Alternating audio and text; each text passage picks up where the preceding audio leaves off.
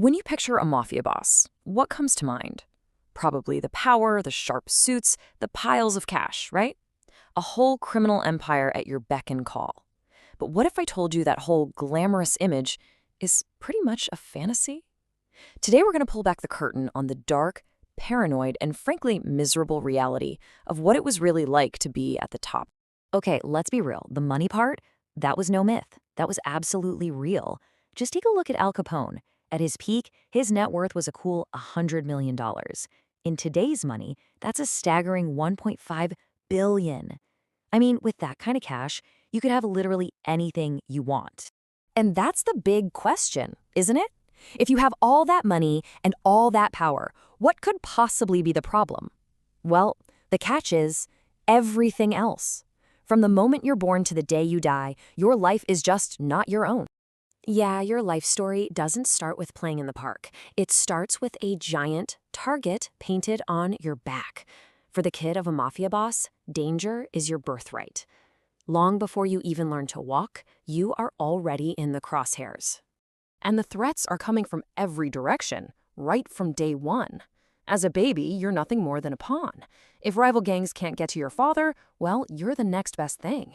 You're leverage. You're a target for kidnapping. Or worse, you're how they send a message, an assassination attempt.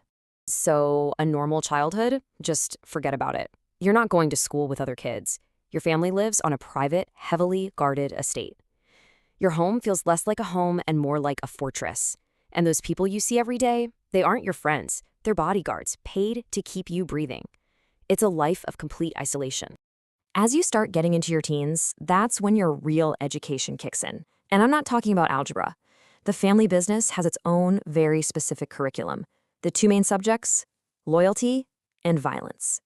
And the absolute core of everything you learn is this one word, omerta, the code of silence.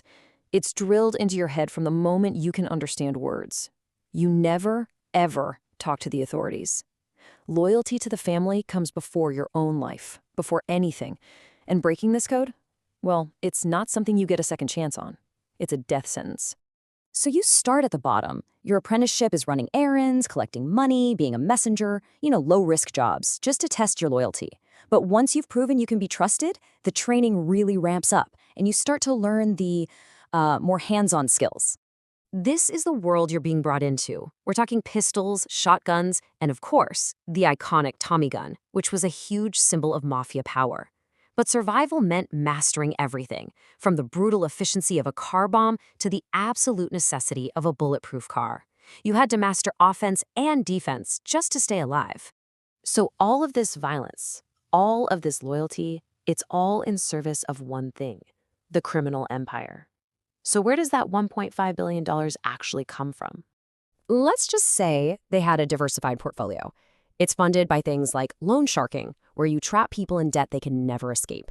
It's funded by massive illegal gambling rings, rigging sports to make sure you always win. And then there's smuggling and the absolutely horrific business of human trafficking. It's an entire economy built on pure crime. So you survive your childhood, you master the trade, and somehow you make it. You're the boss. You think, I've arrived, right? Wrong. Congratulations, your life just became infinitely worse. Because now you're not just a target, you're the biggest target. First, you've got the obvious threat, the cops. Law enforcement is now completely obsessed with you. They're tapping your phones, they're trying to get informants inside your crew, they are watching you around the clock. Their only goal is to put you in a cage for life or get you killed. Then you have the external threats. Every other criminal organization out there sees you as an obstacle. They want your turf, your money, your power. They are constantly, and I mean constantly, plotting to take you out so they can take over. But this is the one that'll really keep you up at night. The most terrifying threat of all is the one from the inside. Younger, ambitious members of your own family. The guys you're supposed to trust with your life. They're just waiting for you to show one sign of weakness so they can take your spot. So here's the bottom line. Being the boss isn't about enjoying the money. It is a 24/7 job of pure soul-crushing paranoia. You spend every waking moment juggling alliances, trying to sniff out betrayal, and making ruthless decisions just to stay alive until tomorrow. So after a lifetime of this constant stress, how does it all end? You can forget about a peaceful retirement on a beach somewhere. In this job, there are only two real exit strategies. And here they are. Your career ends in one of two ways. Option 1, you get caught. You spend the rest of your days rotting in a prison cell while your empire crumbles. Option 2, you get taken out. A violent end, probably ordered by the very people you once trusted. There is no option 3. And look, this isn't some theory. It's a fact. Just look at the real-world examples. Al Capone died sick and powerless after getting out of prison. John Gotti died of cancer while locked away for life. Paul Castellano was assassinated in broad daylight. Even Lucky Luciano, who dodged both, died in exile after being deported. The house always wins.